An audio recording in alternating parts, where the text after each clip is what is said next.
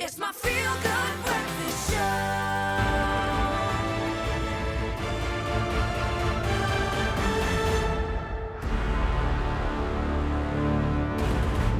Welcome back. It is your feel-good breakfast show, Expresso on S3. We have JP Sebastian in the house as we take a look at some enticing movie trailers.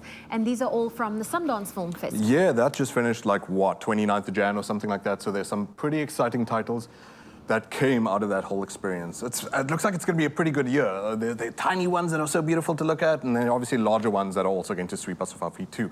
So here are 3 trailers that caught my eye from the festival. And there'll still obviously be a lot more to come because, geez, movies are still in this phase of looking for buyers and all that kind of stuff. Okay. All very much in Genesis phase. So let's talk about the first one. Joyland. Yes, this is actually Pakistan's official submission for Oscar consideration for this year. They only made it to the shortlist, which is still pretty good, top 15. Wow. Didn't make it into the final nominations, of course, of foreign category, but yeah, pretty high up there.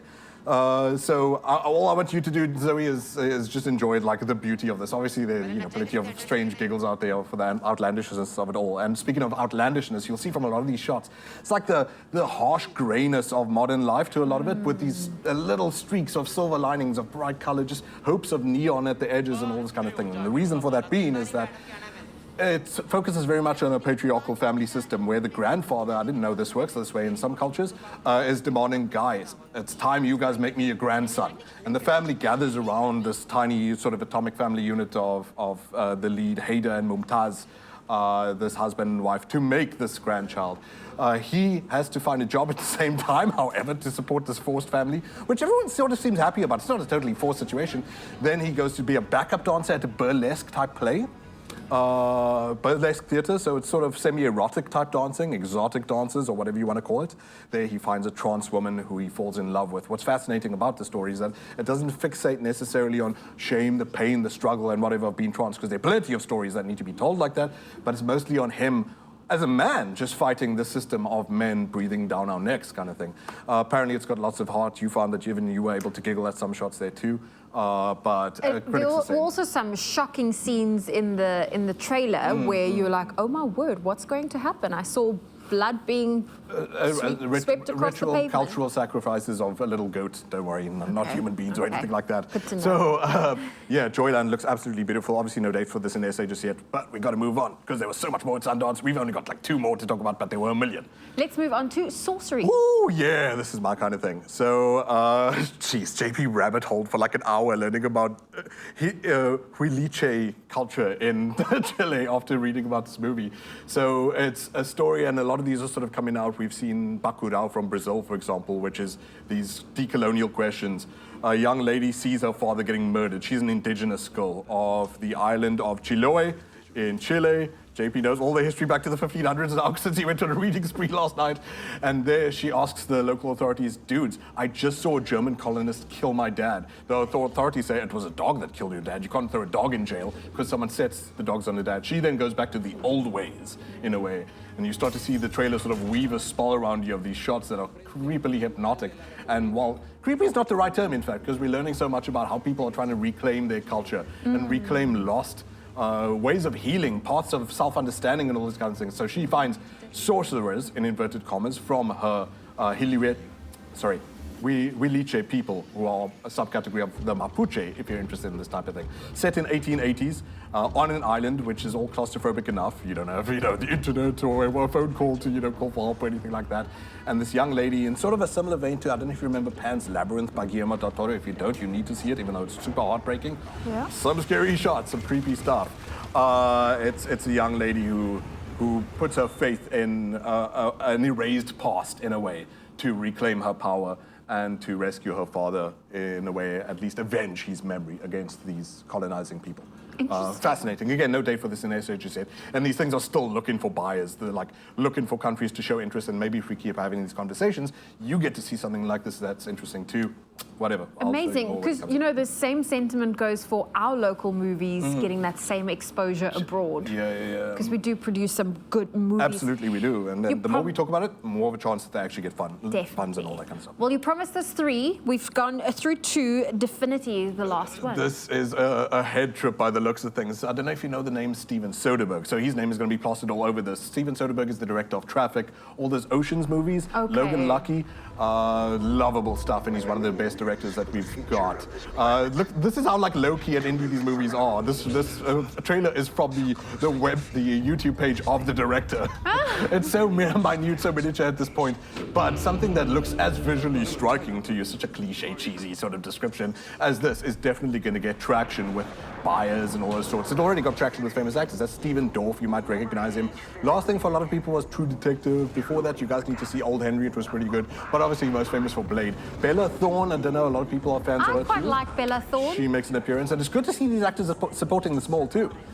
So, like I said, Steven Soderbergh is the mentor of Eddie Alcazar, who has this strange animation style, which he's already put his signature and his stamp on. He calls it Metascope. So if you're an aspiring animator, you'll be wondering, how does he do these claymation things? And you'll see only bits and pieces in the trailer, but there are ways that he goes from these micro sort of like claymation animated puppeted shots Yes. to real life people in ways that sort of blur the lines between reality and the puppeted kind of thing. I didn't give you anything about the storyline there, but man, it's so great that once in a while we get something that screws with us a bit. Our parents got to see A Clockwork Orange. Hey, just most recently we got to see Mandy. Give us something that's visually different. So many movies right now, you go, okay, I know It's what all I'm the watching same. immediately. Same blueprint. Divinity, however, Man hopefully puts meets us on a more girl, interesting girl path. falls in love, they get a dog. It's Valentine's, we can't talk like this. They get an alien dog. Oh, well, listen, JP, it's great that you brought us these 3 trailers. Of course, like he said, there are many more, but he's not going anywhere. We've got more movie trailers to unpack shortly. It's my feel-good breakfast show.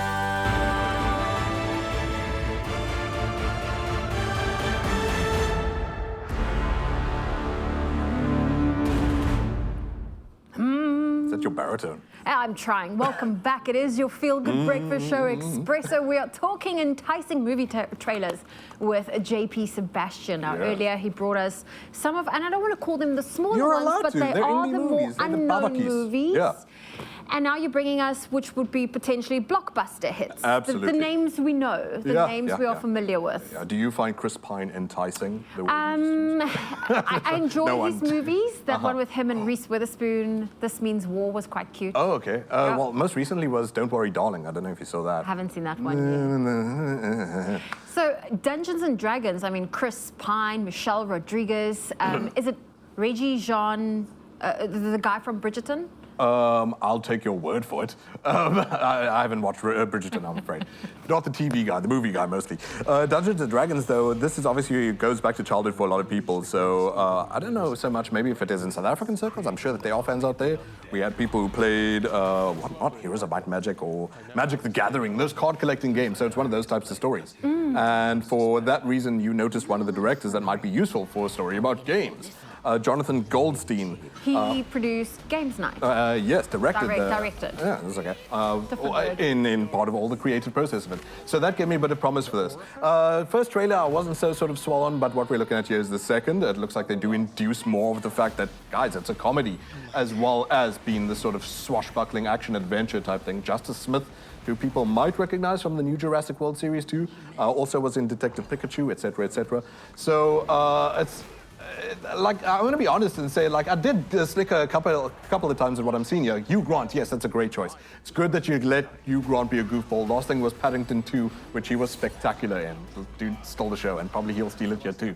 But there's a lot of delivery that's sort of like quite sort of flat and dry. It doesn't mean that it's listless or lazy or whatever, but I think that what they might be struggling with in putting across in this trailer is that there might be some cards that they're holding close to their chest. Okay. Might be the case that's sort of like with Jumanji, there's the real world and then there's the inside Jumanji, that there's this parallel thing where actually in real life this is just a game that all these characters are playing.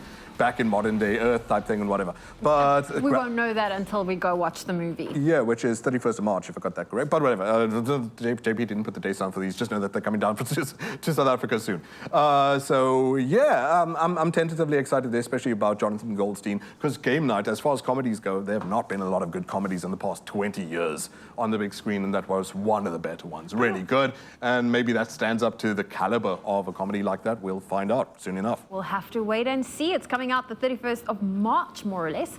And then we're moving on to Shazam. Yeah. I feel like you can't say the name without saying Shazam. Yeah, there was a lot of sass. Well, it's the when we exclamation said mark. that. Yes. I'm sorry you didn't get your powers for saying it, because that's how Billy Batson got his powers, by saying the word, thanks to Jimon Hansu, who is And the this character is at the... Fury of the Gods. Yes, so the sequel to the first. Well done, JP.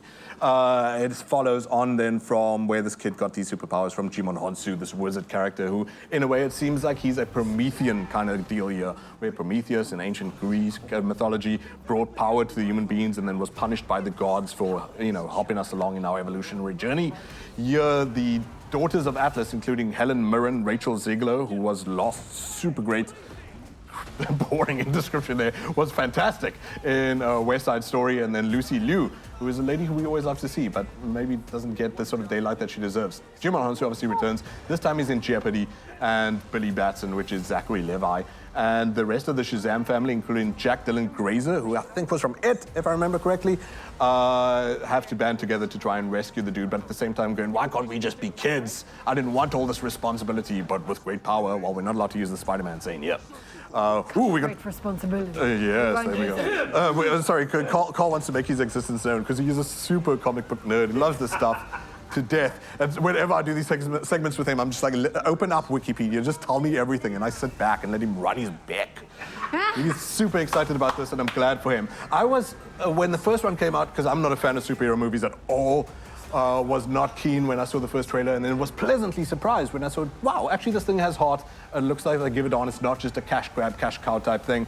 And we'll find out soon enough if it lives up to the first one. Hopefully it has the same phenomenon like where Deadpool, even the sequel got stronger than the first. Ant-Man, even the sequel got stronger than the first. Usually that's the other way around, the sequel weakens. Hopefully this one steps up to the plate and stands up even to the first one, which I found pleasantly delightful. Okay. Don't know And the that's a decision. lot coming from March JP 17th. Sebastian. He is a true critic. Hopeful, but I'm not getting my hopes up too high. Shazam! I see there it says March 17th. Is that the international release? or There's is no that way for they're South staggering this. Africa? The whole world will get to see it then. They're not going to Okay. give us like a sneak preview and then, hey, America, by the way, $1 billion, please. No. So all over the world, March 17th. Well, there we go. It's around the corner. If you think about it, we're already in February.